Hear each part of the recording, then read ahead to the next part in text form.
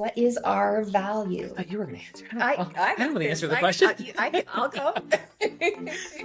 So I'll go. R value is an arbitrary number that we assign to everything. Has an R value. Even lumber has an R value. So just R stands for the resistance, thermal resistance. So how does that product resist the temperature change between the two surfaces in this world, between the inside and the outside? So drywall has an R value. It's not very good. Wood has an R value. Insulation is what we normally think of. Windows have an R value, but that's bad. People don't realize a window is a hole in your house.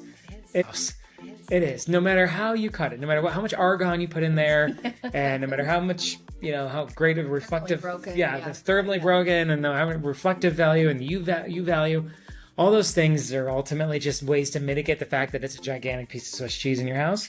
So the most efficient way to keep the heat in or the heat out, depending on what you're looking to do, is insulation. So the different types of insulation we could cover if we had an episode on energy efficiency, for instance. But ultimately, that's kind of what we're looking at. And that's now a code. We have had codes for R value, I would say, for probably about the last 35 years.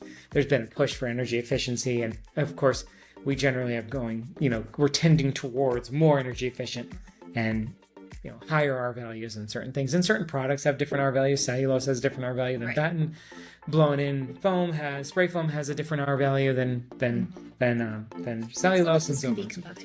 So if you're, you've got your drywall and then you've got your stucco and all of those from the insulation out, you can compound them. Oh, for sure. Yeah. About the R value as collective versus just independent. That's right. Or if the attic has been climatized, now that adds a different R value to what the roof line will do too. Right. So the thermal barrier or the radiant roof barrier. Yeah. Yes. So the higher the R value, the more thermal resistance it has.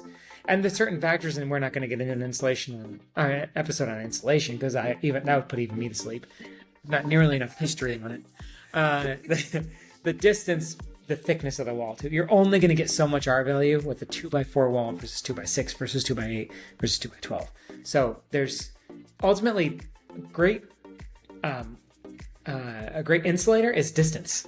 So you need the distance, and then the cellulose or the whatever is there to heat up or cool down first, and it slows it all down because it's kind of like heating water, right? You're heating the surface, you're heating the substrate, so it kind of saturates before the heat seeps out. Interesting. And that's why wood has a very terrible R value because it's so dense. Right. And it heats up and cools down really quickly.